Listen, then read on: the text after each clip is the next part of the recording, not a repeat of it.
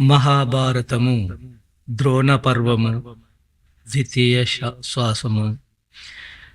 ఏ యుగమునందైనా ధర్మము వైపు కాకుండా అధర్మము వైపు ఎవరైతే నిలబడతారో అట్టి వారికి శిక్ష తప్పదని తెలియచేసే కథే ఈ మహాభారతము. ఈ మహాభారత కథను ఎవరు విన్నా వినకపోయినా, లైకులు వచ్చినా రాకపోయినా, ఈ మహాభారత కథను సంపూర్ణంగా యూట్యూబ్లో అప్లోడ్ చేస్తానని ఆ దైవం నా యందు ఉండి ఈ పర్వాలని కంప్లీటు చేయగలననే ఆకాంక్షతో ఈ మహాభారత కథను ప్రేక్షకులకు తెలియచేయుచున్నాను. వైశంపాయనుడు చినమిజేయునకు మహాభారత కథను ఇలా వివరించాడు. అభిమన్యుడు యుద్ధరంగమున మరణించాడు అన్న వార్త విని ధృతరాష్ట్రుడు ఎంతో పరితపించాడు.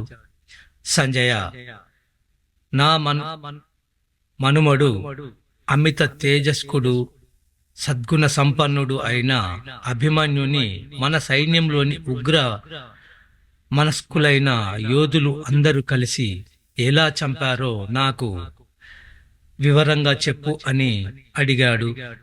సంజయుడు ద్రోణుడు పన్నిన పద్మవ్యూహము, అభిమన్యుడు మరణించిన తీరు ఈ విధముగా చెప్పసాగాడు.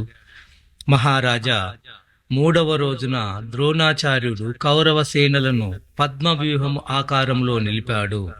దానిని చక్రవ్యూహము అని కూడా అంటారు.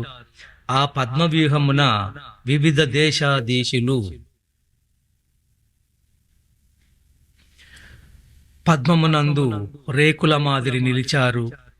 వారి కుమారులు అందరూ కేసరములు అనగా తామర పువ్వు మధ్య భాగము మాదిరి నిలిచారు. కర్ణుడు, దుశ్శాసనుడు తమ సేనలతో కూడా పద్మము యొక్క అంతర్భాగమున నిలిచారు. వారి మధ్య సుయోధనుడు తన సైన్యముతో నిలిచాడు. సైంధవుడు, అశ్వత్థామ, కృపాచార్యుడు, శకుని, కృతవర్మ, భూరిశ్రవసుడు, శలుడు, శల్యుడు, నీ కుమారులు, నీ మనుమలు తమ తమ స్థానములలో నిలిచారు. పాండవ సేనలో భీమసేనుడు మొదలగు వారు సాత్యకి, దుష్టజిమ్ముడు, కుంతిభోజుడు, చేకితాసుడు, క్షత్రధర్ముడు, క్షత్రవర్మ, దృష్టకేతు, నకుల సహదేవులు, ఉత్తమౌజుడు, శిఖండి, యుధామన్యుడు, ఘటోత్కచుడు, విరాటరాజు, ద్రుపదుడు, ద్రౌపది పుత్రులు, కేకేయ రాజులు, సంజయులు వారందరూ కలిసి ఒక్కుమ్మడిగా ద్రోణుని మీద యుద్ధానికి తలపడ్డారు. ద్రోణుడు వారి విచంబనకు జంకక వారి మీద వాడి అయిన బాణములు ప్రయోగించాడు. ద్రోణుని పరాక్రమమునకు తట్టుకోలేక పాండవ వీరులు పారిపోయారు. పాండవ వీరులలో ఎవ్వరికీ కూడా ద్రోణుడు పన్నిన పద్మవ్యూహంలోనికి చొరబడటానికి సాధ్యం కాలేదు. అప్పుడు ధర్మరాజు ఈ పద్మవ్యూహమును ఛేదించడం ఎవరి తరము కాదు, ఒక అభిమన్యునికి తప్ప అని తలంచి తన రథమును అభిమన్యుని రథము వద్దకు పోనిచ్చాడు. అభిమన్యునితో ఇలా అన్నాడు: కుమార అభిమన్యు, ఈ పద్మవ్యూహంలోనికి చొరపడటం ఎవరికి తెలియదు. నీకు, నీ తండ్రికి, శ్రీకృష్ణుడు, ప్రద్యుమ్నుడు వీరికి మాత్రమే తెలియను. మనలను చూసి నీ తండ్రి అర్జునుడు హేళన చేయకుండా నీవు ఆ పద్మవ్యూహమును ఛేదించవలేను అని అర్థించాడు. తండ్రి, నా తండ్రి అర్జునుడు నాకు ఈ పద్మవ్యూహమును ఛేదించి లోపల ప్రవేశించడం వరకు నాకు చెప్పారు. కాబట్టి నేను ఈ పద్మవ్యూహంలోనికి ప్రవేశించి కౌరవ సైన్యమును చించి చెండాడుతాను అని అన్నాడు అభిమన్యుడు. ఆ మాత్రం చాలు కుమారా, నీవు తోవచూపి పద్మవ్యూహంలోనికి ప్రవేశించిన నీ వెనువెంటనే మేమందరము పద్మవ్యూహంలోనికి ప్రవేశించదము. కాబట్టి నీవు పద్మవ్యూహ ప్రవేశము చేయుము అని అభ్యర్థించాడు. పక్కనే ఉన్న భీముడు కూడా కుమారా, నీవు పద్మవ్యూహమును ఛేదించితే చాలు, నీ వెంటనే నేను దృష్టద్యుమ్నుడు, ద్రుపదుడు, సాత్యకి, విరాటుడు పద్మవ్యూహంలోనికి ప్రవేశించి శత్రుసేనలను మట్టు పెట్టెదము అని అన్నాడు. పెదనాన్నగారు, దీనికి మీరు ఇంతగా అడగవలెనా?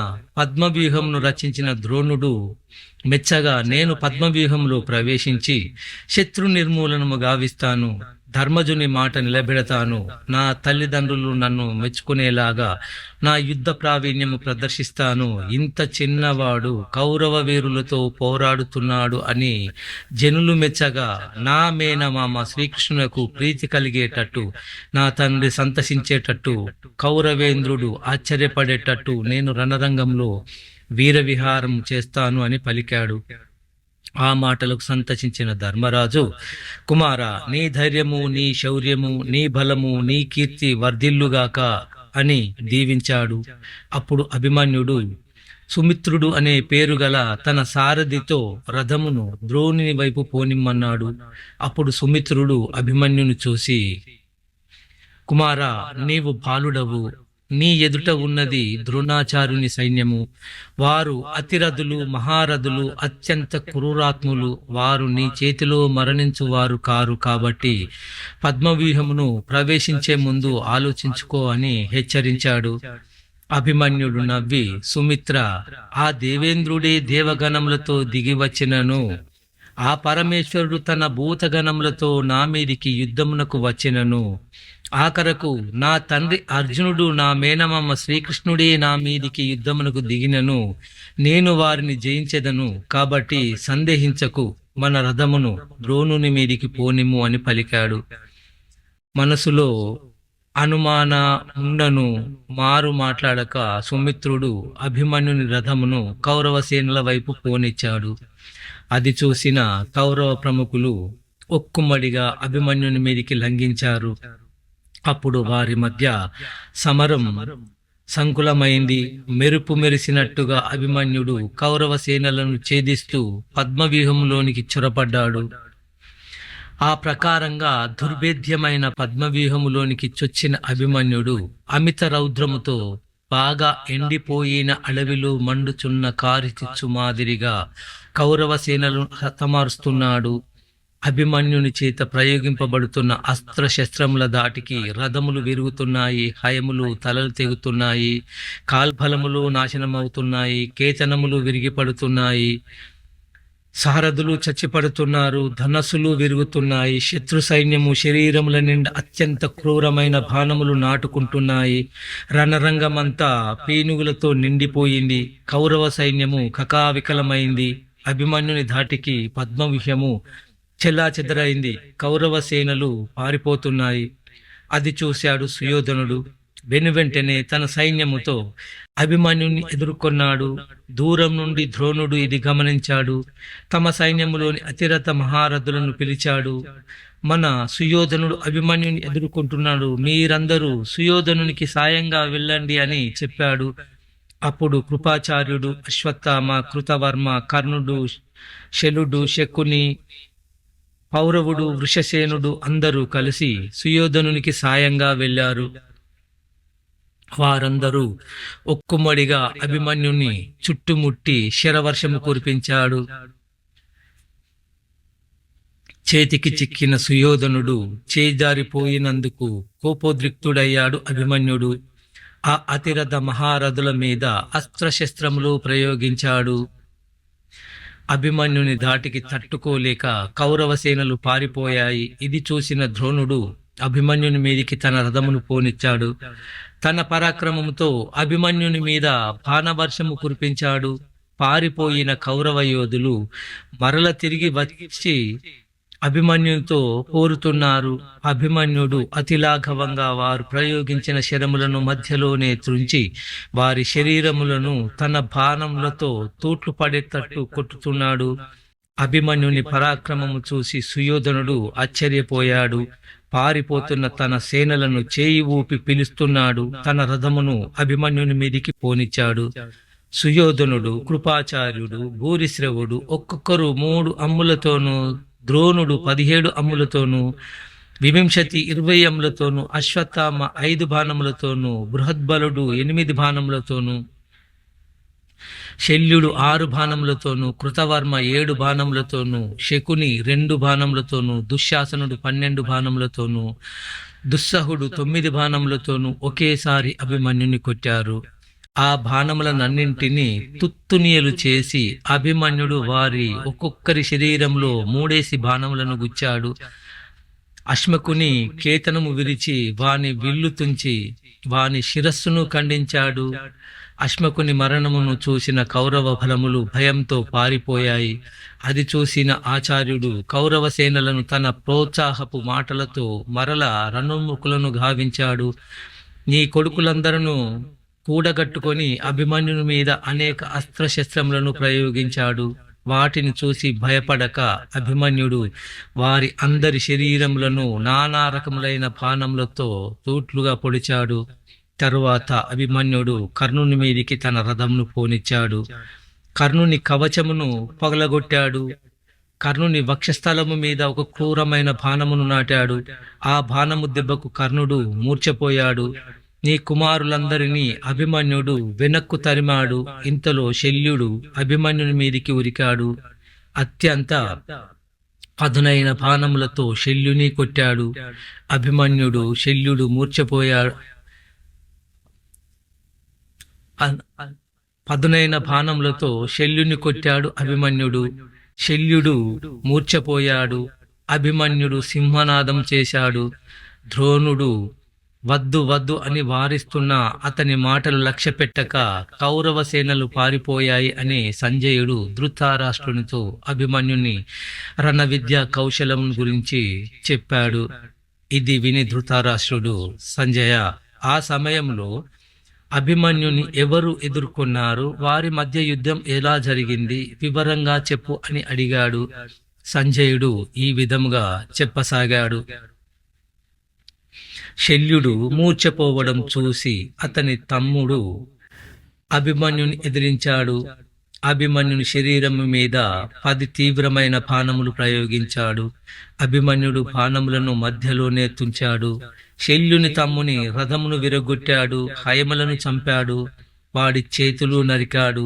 ఆఖరణ అతని శిరమును ఖండించాడు. ఇది చూసిన మిగిలిన రాజకుమారులు భయభ్రాంతులయ్యారు.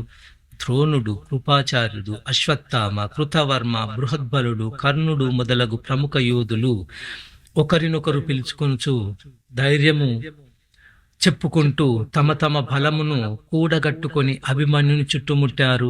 వారిని చూసి అభిమన్యుడు సింహము వలె గర్జించాడు. సాక్షాత్తు అర్జునుడే అక్కడ ఉన్నాడా అన్నట్టు అందరికీ తానే అయి కనిపిస్తూ తన విల్లు గుండ్రముగా ఉన్నదా అన్న భ్రమ కలిగిస్తూ అత్యంత వేగంతో వారి శరీరము మీద వర్షము కురిపించాడు. కౌరవ వీరుల మీద పల్లములు, అంజలకములు, క్షురపములు, కూర్మసకములు మొదలగు బాణములను ప్రయోగిస్తున్నాడు. అభిమన్యుని పరాక్రమమునకు తట్టుకోలేక కౌరవ వీరులు భయంతో పరుగులు తీస్తున్నారు. ద్రోణుడు నిస్సహాయంగా చూస్తున్నాడు అని సంజయుడు ధృతరాష్ట్రునితో చెప్పాడు. అభిమన్యుని ప్రతాపము గురించి విని మనసున ఖేదము మోదము రెండును కలుగగా ధృతరాష్ట్రుడు తర్వాత ఏమైంది అని ఆతురతగా అడిగాడు సంజయుని. ఆ ప్రకారంగా పారిపోతున్న కౌరవ సైన్యమును చూసి అభిమన్యుడు వారిని పారిపోనిక వారి చుట్టూ తన రథమును చక్రాకారంతో తిప్పుతూ ఎడతెగకుండా బాణవర్షం కురిపిస్తూ రణరంగమంతా పేనుగు పెంటలు చేశాడు. అభిమన్యుని ప్రతాపమును చూసి ద్రోణుడు అపరిమితమైన సంతోషంతో పక్కన ఉన్న కృపాచార్యునితో ఇలా అంటున్నాడు. ఆచార్య, తన అన్నదమ్ములు, స్నేహితులు, తండ్రులు, మామలు అందరూ సంతోషించగా విజయుని కొడుకు అభిమన్యుడు శాత్రవ సంహారం చేస్తున్నాడు. హయములను, ఏనుగులను అసంఖ్యాకంగా నేలకూలుస్తున్నాడు. అతని ముందు మన సైన్యములో పేరుగల వీరాది వీరులెవరు నిలవలేకపోతున్నారు అని పలికాడు. ఆ మాటలు విన్న సుయోధనుడు అతి దీనమైన ముఖముతో చిరునవ్వు మొహము మీదికి తెచ్చుకొని భూరిశ్రవణుడు, కర్ణుడు, శల్యుడు మొదలగు వారితో ఇలా అన్నాడు: విన్నారా మన గురువు గారు ద్రోణాచార్యుల వారి పలుకులు? విన్నారా? విల్లు పట్ట నేర్చిన ప్రతివాడికి ద్రోణాచార్యులే గురువు గారు కదా. అలాంటి వాడు ఒక పసివాడిని మహావీరుడు అని పొగుడుతున్నాడు, కానీ అతన్ని చంపడానికి మాత్రం ప్రయత్నించడం లేదు. ఎంతైనా ద్రోణుడు ప్రార్థునికి అనుకూలుడు కదా, అతని కుమారుని ఎలా చంపుతాడు? అయినా మన గురువుగారు ఉపేక్షించబట్టి అభిమన్యుడు అలా చెలరేగిపోతున్నాడు. అదంతా తన ప్రావీణ్యము అని పొంగిపోతున్నాడు. ఇప్పుడు మనమందరము కలిసి అభిమన్యుని ఎదుర్కొందాము అని అందరినీ కూడగడుతుంటే దుశ్శాసనుడు ముందుకు వచ్చి, అన్నయ్య, ఈ మాత్రం దానికి ఇంతమంది యోధులు కావాలనా? నేను చాలనా? నా పరాక్రమంతో అభిమన్యుని చంపుతాను. అభిమన్యుడు చచ్చాడు అన్న వార్త విని అర్జునుడు, కృష్ణుడు అతి శోకభారంతో మరణిస్తారు. మనపగ తీరుతుంది అని అన్నాడు.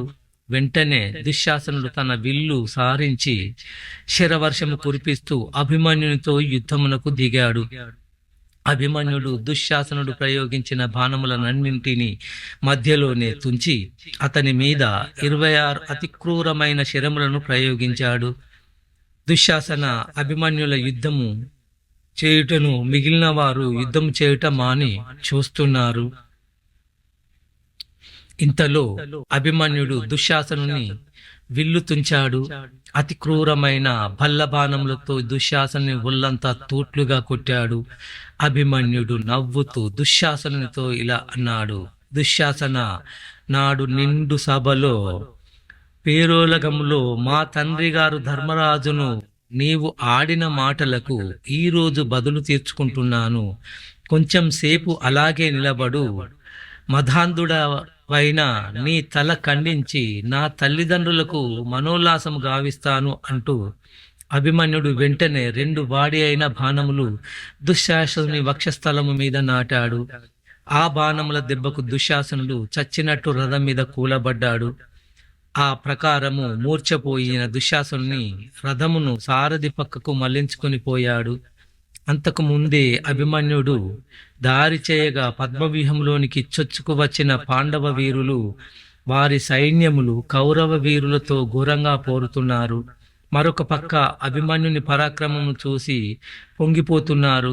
దుశ్శాసనుడు మూర్ఛపోవడం చూసి హర్షధ్వానాలు చేశారు. అప్పుడు సుయోధనుడు కర్ణుని చూసి, కర్ణ, దుశ్శాసనుడు అభిమన్యుని చేతిలో దెబ్బతిని మూర్ఛపోయాడు గదా అని నిట్టూర్చాడు.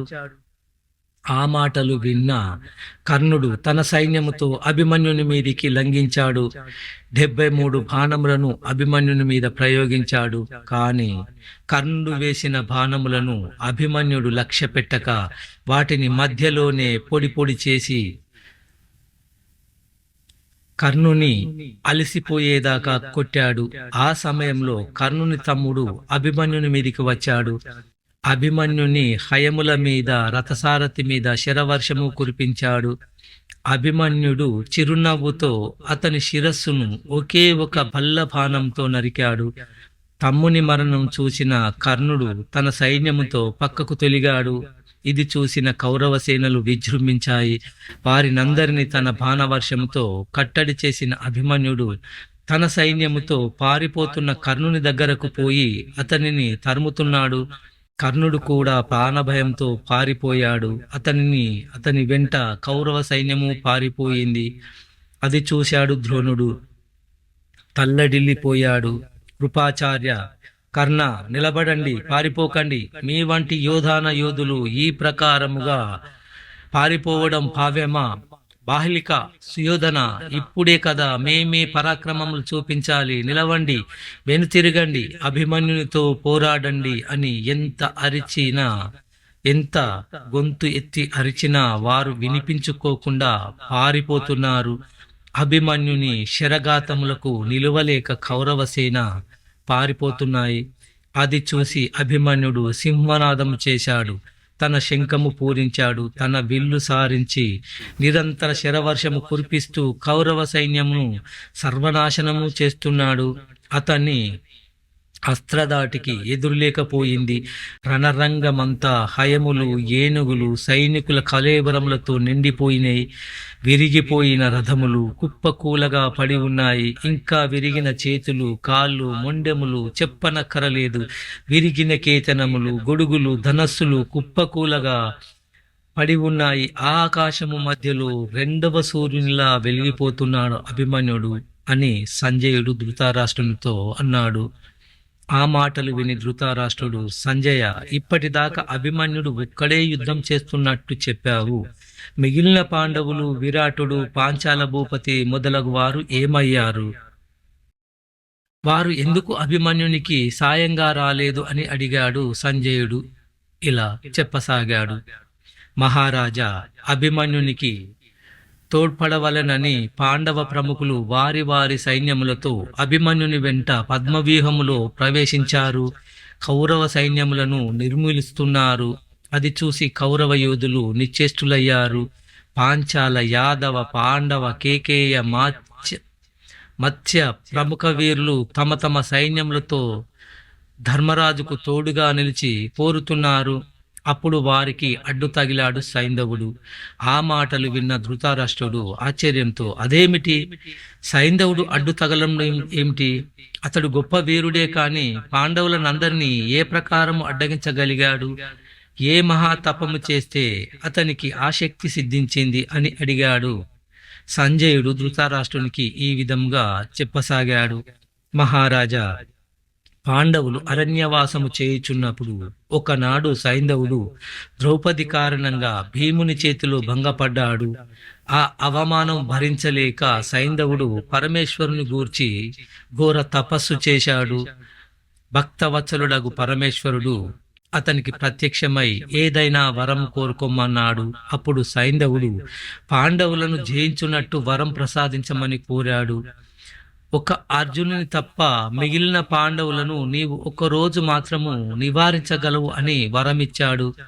ఆ వర ప్రభావముతో ఆ రోజు సైంధవుడు పాండవులను అడ్డగించగలిగాడు. అది ఎలా జరిగిందో సవిస్తారంగా చెప్పెదను వినుము. అభిమన్యుడు పద్మవ్యూహంలో ప్రవేశించగానే తక్కిన పాండవ వీరులు కూడా అతనిని అనుసరించబోగా నీ అల్లుడు సైంధవుడు తన వరప్రభావంతో అడ్డుపడ్డాడు. ఆ విధముగా అడ్డుపడ్డ సైంధవుడు 3 బాణములతో సాత్యకిని, 8 బాణములతో దుష్టద్యుమ్నుని, 5 అమ్ములతో విరాటుని, 10 బాణములతో శిఖండిని, 7 బాణములతో పాంచాల భూపతిని, ద్రౌపదీ సుతులను 15 బాణములతోనూ, 25 బాణములతోనూ, కేకేయ రాజును, ధర్మరాజును 75 బాణములతోనూ కొట్టాడు. అప్పుడు ధర్మరాజు సైంధవుని విల్లు విరిచాడు. సైంధవుని మీద అతి క్రూరమైన బాణములను ప్రయోగించాడు. సైంధవుడు మరొక విల్లు అందుకొని మంటలు విరజిమ్మే బాణములను ధర్మరాజు మీద, అతని అనుచరుల మీద ప్రయోగించాడు. అప్పుడు భీమసేనుడు సైంధవుని మీదికి ఉరికి 3 బాణములతో అతని ఛత్రమును, విల్లును, కేతనమును విరగొట్టాడు. నీ అల్లుడు సైంధవుడు మరొక విల్లును చేతబట్టి భీముని ఛత్రమును, విల్లును, కేతనమును విరగొట్టాడు. భీమసేనుని రథము విరగొట్టాడు. రథము విరిగిన భీమసేనుడు సాత్యకి రథం మీదకు ఎక్కాడు. సైంధవుని మీద అనేక అస్త్రములను ప్రయోగించాడు. సైంధవుడు వాటినన్నింటిని మధ్యలోనే తుంచాడు. పాండవ సైనికుల మీద అతి క్రూరమైన నారాచరములను ప్రయోగించాడు. సైంధవుని అస్త్రదాటికి తట్టుకోలేక పాండవ సైన్యము పారిపోయాయి. ఈ ప్రకారము సైంధవుడు పాండవులను పద్మవ్యూహంలో ముందుకు పోనీయకుండా నిలబడ్డాడు. పాండవులకు సైంధవునకు పోరు ఘోరంగా సాగింది. అక్కడ ద్రోణుని ప్రోత్సాహవచనములతో వెనుదిరిగిన కౌరవ సైన్యము అభిమన్యుని రథమును చుట్టుముట్టి అతని మీద బాణవర్షము కురిపించింది. అభిమన్యుడు అపరిమితమైన ఉత్సాహంతో వారందరినీ సంహరించి సింహగర్జన చేశాడు. కౌరవ సైన్యములో భయోత్పాతము కలిగించాడు. అంతలో వృషసేనుడు తన సైన్యముతో అభిమన్యుని ఎదుర్కొన్నాడు. అభిమన్యుని శరీరం మీద క్రూర నారాచరములను ప్రయోగించాడు. అభిమన్యుడు కోపముతో వృషసేనుడి కేతనము విరగొట్టాడు, అశ్వములను గాయపరిచాడు. వృషసేనుడి శరీరం మొత్తం మీద పదునైన బాణములను దింపాడు. ఆ బాణముల దాటికి వృషసేనుడు మూర్ఛపోయాడు. అతని రథమును ఈడ్చుకుంటూ రథాశ్వములు ఎటో వెళ్ళిపోయాయి. ఇంతలో శౌర్యధనుడగు వసాపతి భూపతి 6 బాణములతో అభిమన్యుని కొట్టాడు. అతని వంక ఆశ్చర్యంతో చూచాడు అభిమన్యుడు. ఒకే ఒక బాణంతో వసాపతి భూపతిని చంపాడు. అతని చావు చూసిన కౌరవ ప్రముఖులు తమ తమ సైన్యములతో అభిమన్యుని మీదికి లంఘించారు. వారందరూ అభిమన్యుని క్రోధాగ్నిలో కార్చిచ్చులో మాడిన మిడతల వలె మాడిపోయారు. మిగిలిన కౌరవ సైనికులు అభిమన్యుని దాటికి తట్టుకోలేక పారిపోయారు. అది చూసిన కౌరవ యోధులు, నానా దేశాధీశులు అందరూ ఒక్కచోట గుమిగూడి ఉక్కుమ్మడిగా అభిమన్యుని మీదికి ఉరికారు. అభిమన్యుడు లేళ్ల గుంపును చూసిన పెద్ద పులి వలె వారి మీదికి లంఘించాడు. వారందరినీ మట్టుబెట్టాడు. తెగిపడిన అంగములు, మాంసఖండములు, ఏనుగులు, హయముల కళేబరములు రణరంగమంతా చెల్లాచెదురుగా పడి ఉన్నాయి. అభిమన్యుని ఎదుట నిలవడానికి ఎవరికీ ధైర్యము చాలడం లేదు.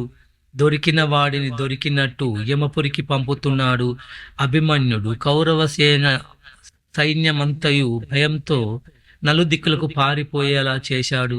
ఆ సమయంలో శల్యుని కుమారుడు రుక్మరథుడు అనువాడు ముందుకు వచ్చి, వీడికి మనం ఓడటం ఏమిటి? నేను వచ్చాను, మీకేం భయం లేదు. వీడిని నేను మట్టు పెట్టుతాను. నా పరాక్రమము ఏ పాటిదో మీకు తెలుస్తుంది అని అభిమన్యుని మీదికి యుద్ధమునకు వెళ్ళాడు. 9 బాణములను అభిమన్యుని భుజముల మీద, రొమ్ముల మీద నాటాడు. అభిమన్యుడు ఒకే ఒక్క బాణముతో అతని తలను నేల మీద పడేశాడు. రథుని మరణము చూసిన అతని స్నేహితులు, సాటి రాజులు ఒక్కుమడిగా అభిమన్యుని మీదికి విజృంభించారు. అతని మీద శరవర్షము కురిపించారు. వారి శరీర వర్షంలో అభిమన్యుని రథము కనిపించడం లేదు. సుయోధనుడు అభిమన్యుడు మరణించాడని సంతోషించాడు. అభిమన్యుడు అప్పుడు తన శత్రువుల మీద గాంధర్వమాయను ప్రయోగించాడు. ఆ గాంధర్వమాయను పూర్వము అర్జునుని తపస్సుకు మెచ్చి తుంబురుడు అర్జునునికి ప్రసాదించాడు. అర్జునుడు దానిని అభిమన్యునికి ప్రసాదించాడు. దానిని ఇప్పుడు అభిమన్యుడు తన శత్రువుల మీద ప్రయోగించాడు. ఆ గాంధర్వమాయ ప్రభావంతో తమ ముందు ఎన్నో రథముల మీద అనేక మంది రథికులు ఎక్కి శస్త్రాస్త్రములు తమ మీద ప్రయోగిస్తున్నట్టు భ్రమ కలిగిస్తున్నాయి. ఆ దృశ్యములను శాత్రవసేన భయపడి పోయింది. కదలక మెదలక నిల్చుండిపోయారు. అభిమన్యుడు తన రథమును వారి చుట్టూ తిప్పుతూ వారిని సంహరిస్తున్నాడు. కొంతసేపటికి వారిలో ఒక్కరు కూడా మిగలలేదు. వారి మృతదేహములు మాత్రము రణభూమిలో పడి ఉన్నాయి. అభిమన్యుని యుద్ధ చాతుర్యము చూసి పాండవ సేనలు ఆశ్చర్యపోయాయి. ఇది పని కాదని సుయోధనుడు స్వయంగా అభిమన్యునితో యుద్ధం చేశాడు. కాని అభిమన్యుని దాటికి తట్టుకోలేక పక్కకు తొలగిపోయారు. ప్రాణములను కాపాడుకున్నాడు. ధృతరాష్ట్రుడు అభిమన్యుని పరాక్రమ చాతుర్యము విని, సంజయ, ఆ ఒక్క బాలుడు ఇంతమందిని వధించాడా? నమ్మలేకపోతున్నాను. అవునులే, అభిమన్యుడు ధర్మాన్ని ఆశ్రయించాడు. ధర్మం ఎప్పుడు అధర్మాన్ని జయిస్తూనే ఉంది కదా అని అన్నాడు. సంజయుడు యుద్ధ విశేషములను చెప్పనారంభించాడు. అభిమన్యుని పరాక్రమ దాటికి ఎందరో రాజులు మరణించారు. సుయోధనుడు మొదలగు వారు పారిపోయారు. నీ కుమారులకు చెమటలు పట్టాయి, దిక్కులు చూస్తున్నారు. పారిపోయిన సుయోధనుడు అశ్వత్థామను, కృపకర్ణ, కృతవర్మ, బృహద్బలుడు, శకుని మొదలగు వారిని కూడబట్టుకొని అభిమన్యుని ఎదుర్కొన్నాడు. అభిమన్యుడు వారి మీద పెద్ద పిడుగుపడ్డట్టు మేఘము వలె గర్జించాడు. ఆ సమయంలో సుయోధనుని కుమారుడు, నీ మనుమడు లక్ష్మణ కుమారుడు అభిమన్యుని మీదికి ఉరికాడు. అభిమన్యుని మీద నిరంతర శరప్రయోగము గావించాడు. తన కుమారుని విడిచి పోలేక సుయోధనుడు కూడా లక్ష్మణ కుమారునికి తోడుగా అభిమన్యునితో యుద్ధం చేస్తున్నాడు. అభిమన్యుడు కూడా లక్ష్మణ కుమారుని మీద శరప్రయోగం చేశాడు. ఇద్దరి మధ్య పోరు ఘోరమైంది. అభిమన్యుడు ఒకే ఒక బాణంతో లక్ష్మణ కుమారుని తల తెగ నరికాడు. తన కుమారుని మరణము కనులారా గాంచిన సుయోధనుడు మిక్కుటమైన కోపంతో ఊగిపోయాడు. వీడిని కొట్టండి, చంపండి, నరకండి అని ఆక్రోశించాడు. అప్పుడు కృతవర్మ, కృపాచార్యుడు, ద్రోణుడు, అశ్వత్థామ, కర్ణుడు, బృహద్బలుడు అత్యంత ప్రభావము గల శరములను అభిమన్యుని మీద ప్రయోగించారు. అభిమన్యుడు వారు ప్రయోగించిన అస్త్రశస్త్రములను మధ్యలోనే తుంచి తన సారథితో రథమును సైంధవుని వైపు మళ్లించమని ఆదేశించాడు. ఇంతలో కళింగులు, నిషాదులు తమ తమ గజ సైన్యములతో అభిమన్యుని అడ్డగించారు. అభిమన్యుడు వారినందరినీ తన వీరావేశంతో తునుమాడుతున్నాడు. అక్కడ సైంధవుడు పాండవ బలమును, పాండవ వీరులను లోపలకు రానేయకుండా అడ్డుపడుతున్నాడు.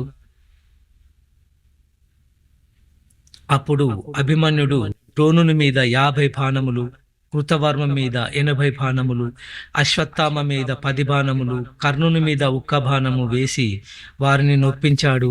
కృపాచార్యుని రథము విరగొట్టాడు. బృహద్బలుని శరీరము మీద 30 బాణములు ప్రయోగించాడు. వారికి సాయంగా ఉన్న సైనికులను అసంఖ్యాకములైన బాణములతో నిర్మూలించాడు. క్రోధలిప్తుడు, బృందారకుడు అను రాజుల శిరస్సులను ఖండించాడు. ఆ సమయమున కృపాచార్యుడు వేరొక రథము ఎక్కాడు. అభిమన్యుని మీద శర పరంపర కురిపించసాగాడు. ఇంతలో బృహద్బలుడు వీరందరినీ తోసుకొని ముందుకు వచ్చి అభిమన్యుని ఎదుర్కొన్నాడు. అభిమన్యుడు తన తీవ్రమైన బాణములతో బృహద్బలుని సారథిని చంపాడు. అతని విల్లును విరిచాడు, కేతనమును తుంచాడు, అతని అశ్వములను వధించాడు. బృహద్బలుడు తన కత్తి ఢాలు తీసుకొని రథము దిగి అభిమన్యునితో యుద్ధం చేస్తున్నాడు. అభిమన్యుడు ఒకే ఒక బల్ల బాణంతో బృహద్బలుని శిరస్సు ఖండించాడు. ఈ ప్రకారము అభిమన్యుడు కోసల దేశాధీశుని చంపడం చూసి అతని బంధుమిత్రులు ఒక్కుమ్మడిగా అభిమన్యుని మీద పడ్డారు. వారినందరినీ యమపురికి సాగనంపాడు. అభిమన్యుడు కర్ణుని మీదికి రథము మళ్లించాడు. అభిమన్యునికి కర్ణునికి పోరు ఘోరమైంది. ఒకరి శరీరములు ఒకరు రక్తసిక్తము చేసుకున్నారు. ఇంతలో కర్ణుని సైన్యాధిపతులు 6 తమలో తాము ఆలోచించుకొని ఒక్కుమ్మడిగా అభిమన్యుని మీదికి లంఘించారు. అభిమన్యుడు వారిని చూసి నవ్వి వారినందరినీ ఒక్కొక్క బాణంతో చంపాడు. తరువాత ద్రోణుడు మొదలగు కౌరవ ప్రముఖుల మీదికి తన దృష్టి మరల్చాడు. అంతలో మగధరాజు కుమారుడైన అశ్వంతకుడు బాలుడైనను అపరిమితమైన ధైర్య సాహసములతో అభిమన్యుని ఎదుర్కొన్నాడు. వెంటనే అభిమన్యుడు ముందు అతని సూతుని అతన్ని హయములను చంపాడు. మరొక బాణముతో అతని తలను తెగ నరికాడు. అభిమన్యుడు సింహనాదము చేశాడు. ఇది చూసి సహించలేకపోయాడు దుశ్శాసనుని కుమారుడు. అభిమన్యుని రథమునకు కట్టిన హయములను రథసారథిని తన బాణములతో కొట్టాడు. అది చూసి అభిమన్యుడు నవ్వుతూ, కుమారా, నీ తండ్రి దుశ్శాసనుడు నా ముందు నిలవలేక పారిపోయాడు. ఇప్పుడు నువ్వు వచ్చావా? నా ప్రతాపం రుచి చూడు అంటూ ఒకే ఒక నారాశరముతో అతని వక్షస్థలము మీద కొట్టాడు. ఇంతలో అశ్వత్థామ అభిమన్యుడు ప్రయోగించిన బాణమును మధ్యలోనే తుంచాడు. దుశ్శాసనుని కుమారుని రక్షించాడు.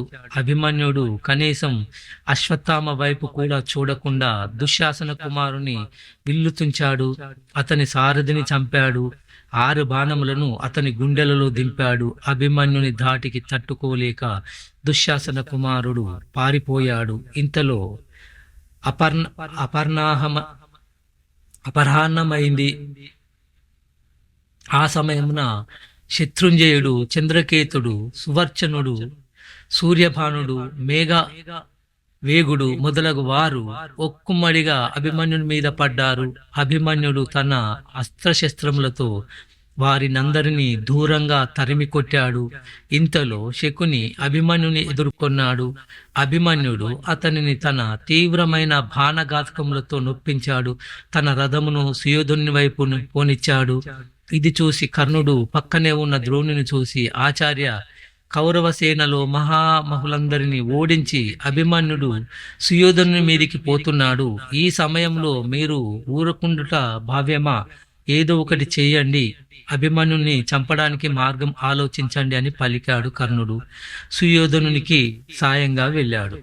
అప్పుడు ద్రోణుడు తన పక్కన ఉన్న కౌరవ యోధులను చూసి, అభిమన్యుడు చిన్నవాడైనను తన తండ్రి అర్జునునితో సమానంగా యుద్ధం చేస్తున్నాడు. ఎంతో మంది కౌరవ ప్రముఖులను చంపాడు. ఇంకా ఉపేక్షించరాదు. మనమందరము ఉక్కుమడిగా ఇతనిని ఎదుర్కొనవలేను అని పలికాడు. ఇంతలో అభిమన్యుడి చేతిలో చావు దెబ్బలు తిన్న కర్ణుడు అక్కడకు వచ్చాడు. ఆచార్య, చూచారా అభిమన్యుడు నన్ను ఎలా దెబ్బతీశాడో? నేను మీ దగ్గరే ఉంటాను. ఇంతకన్నా నాకు సురక్షిత ప్రదేశం లేదు. అర్జునుని పరాక్రమమును గురించి విన్నాను, కానీ అతని కొడుకు అతని కంటే పరాక్రమవంతుడు అని అర్థమైంది అని పలికాడు కర్ణుడు. అప్పుడు ద్రోణుడు కర్ణుని చూసి ఇలా అన్నాడు, కర్ణ, నేను అర్జునునికి కవచధారణ అనే విద్యను ఉపదేశించాను. దానిని అర్జునుడు తన కుమారునికి ఉపదేశించాడు. ఆ కవచధారణ విద్య వలన అతని శరీరం మీద ఎవ్వరూ శరములను నాటలేరు. ఏదో ఒక వంచనతో ఇతనిని మనము చంపవలెను. ముందు అతని విల్లు విరగొట్టాలి. వేరొకరు వెంటనే అతని అశ్వములను చంపాలి. వెంటనే మరొకరు రథసారథిని చంపాలి. అదే సమయంలో అతని రథమును విరగొట్టాలి. ఇవన్నీ ఒకే సమయంలో జరగాలి. అంతేగాని అభిమన్యుని చేతిలో విల్లు ఉన్నంత వరకు ఎవ్వరు కూడా అతనిని జయించలేరు. నీకు చేతనైతే ఈ కపటోపాయంతో అతనిని చంపు అని అన్నాడు ద్రోణుడు. అది విన్న కర్ణుడు కొంచెం ఆలోచించాడు. తన దగ్గరలో ఉన్న కౌరవ యోధులను కూడగట్టుకున్నాడు. అందరూ ఒక్కుమ్మడిగా అభిమన్యుని మీదికి లంఘించారు. ముందు కొంతమంది అభిమన్యుని విల్లు విరగొట్టారు. వెంటనే ద్రోణుడు అభిమన్యుని రథాశ్వములను చంపాడు. ఒక పక్క నుండి కృపాచార్యుడు అభిమన్యుని రథసారథిని చంపాడు. అప్పుడు అభిమన్యుడు నిరదుడు అయ్యాడు. అదే సమయంన శకుని, కృతవర్మ, శల్యుడు, బాహ్లికుడు, అశ్వత్థామ మొదలగు వారు నలుపక్కల నుండి ఆ నిరాయుధుడైన అభిమన్యుని మీద బాణవర్షము కురిపించారు. అప్పుడు అభిమన్యుడు తన ఖడ్గము ఢాలు తీసుకొని రథము నుండి కిందికి దుమికాడు. గాలిలోనే గిరగిరా తిరుగుతూ కౌరవ యోధులను నరుకుతున్నాడు. అభిమన్యుడు ఎప్పుడు తన మీదికి వాలి తమ తల ఖండిస్తాడేమో అని భయంతో కౌరవ ప్రముఖులు పారిపోయారు. ద్రోణుడు ఒక భల్లెము తీసుకొని దానితో అభిమన్యుని కత్తిని విరిచాడు. ఇంతలో కర్ణుడు అభిమన్యుని ఢాలును ఖండించాడు. అప్పుడు అభిమన్యుడు తన రథములోని చక్రాయుధమును తీసుకున్నాడు. దానిని గిరగిరా తిప్పుతూ శత్రుసేనలను చంపుతున్నాడు. సింహనాదము చేస్తున్నాడు. రక్తసిక్తమైన అతని ముఖము చూసి శత్రుసేనలు భయభ్రాంతులయ్యాయి. అభిమన్యుడు తన చక్రాయుధంతో శత్రువులు వేస్తున్న బాణములను ఖండిస్తూ శత్రుసేనలను నాశనం చేస్తున్నాడు. ద్రోణుని వైపుగా దూసుకుపోతున్నాడు. తనకు అడ్డు వచ్చిన కౌరవ సైన్యమును చించి చెండాడుతున్నాడు. ఆ సమయమున శకుని, కృతవర్మ, కృపాచార్యుడు, శల్యుడు మొదలగు యోధులు చాలా మంది కలిశారు. అన్ని పక్కల నుండి అభిమన్యుని చుట్టుముట్టారు. అతని చక్రాయుధమును ముక్కలు చేశారు. అప్పుడు అభిమన్యుడు తన గదను చేతులకు తీసుకున్నాడు. దానితో అశ్వత్థామ మీదికి లంఘించాడు. అభిమన్యుని దెబ్బకు భయపడి అశ్వత్థామ తన రథం నుండి కిందికి దుమికి రథం వెనక్కు పోయి దాక్కున్నాడు. అప్పుడు అభిమన్యుడు అశ్వత్థామ రథమును కట్టిన అశ్వములను రథసారథిని చంపాడు. వెంటనే పక్కనే ఉన్న శకుని మీదికి లంఘించాడు. శకునికి రక్షణగా 27 మంది గాంధార యోధులు శకుని రథం ముందు నిలబడ్డారు. వారినందరినీ తన గదతో మూది చంపాడు అభిమన్యుడు. అంతలో 10 మంది యోధులు ఏనుగుల మీద ఎక్కి అభిమన్యుని ఎదుర్కొన్నారు. వారినందరినీ అభిమన్యుడు ఏనుగులతో సహా గదతో మోది యమపురికి పంపాడు. కేకేయ రాజులను 7గురిని ఒకేసారి చంపాడు. ఇంతలో దుశ్శాసనుని కుమారుడు అభిమన్యుని ఎదుర్కొన్నాడు. అభిమన్యుని మీద నానా విధములైన బాణములను గుప్పించాడు. అభిమన్యుడు అతను వేసిన బాణములనన్నింటినీ తన గదాదండముతో అడ్డుకున్నాడు. అతని అశ్వములను, సారథిని చంపాడు. రథమును గదతో విరగొట్టాడు. దుశ్శాసనుని కుమారుడు తన రథము దిగి గదాయుధంతో తీసుకొని అభిమన్యుని మీదికి లంఘించాడు. వారి ఇద్దరికి ఘోరంగా యుద్ధం జరిగినది. ఇరుపక్షముల వీరులు యుద్ధము మాని వారి గదాయుద్ధం చూస్తున్నారు. ఇరువురి శరీరం నుండి రక్తం ధారలుగా ప్రవహిస్తూ ఉన్నాయి. అభిమన్యుడు దుశ్శాసన కుమారుడు తన గదలతో ఒకరిని ఒకరు మోదుకొని కింద పడ్డారు. తీవ్రంగా గాయపడ్డ వారి శరీరముల నుండి వారి ప్రాణములు వేరై స్వర్గలోకం చేరుకున్నాయి. ఇంకా కసిదీరక దారి తప్పిన ఏనుగును కిరాతకులైన వేటగాళ్లను చుట్టుముట్టి చంపినట్టు కౌరవ యోధులు అభిమన్యుని చుట్టుముట్టి అతనిని నిర్దయగా పొడిచి పొడిచి చంపారు. అప్పటికి సూర్యుడు అస్తమించాడు. పాండవుల కీర్తిని ఇనుమడింపచేస్తూ కౌరవ యోధులతో అత్యంత పరాక్రమంతో పోరాడి అభిమన్యుడు వీరస్వర్గం అలంకరించాడు. ధృతరాష్ట్ర మహారాజా ఆ ప్రకారము యోధాన యోధుడైన అభిమన్య కుమారుడు రణరంగమున మృతి చెందగానే కౌరవ సేనలలో ఆనందోత్సాహములు వెల్లివిరిశాయి, కేరింతలు కొడుతున్నాయి. ఈ సమయమున అక్కడ చేరిన భూతగణములు అభిమన్యుని అమానుషంగా అధర్మ యుద్ధంలో పలువురు కలిసి వధించారు అని ఆక్రోశించాయి. అభిమన్యుడు మరణించగానే పాండవ సేనలు పారిపోయాయి.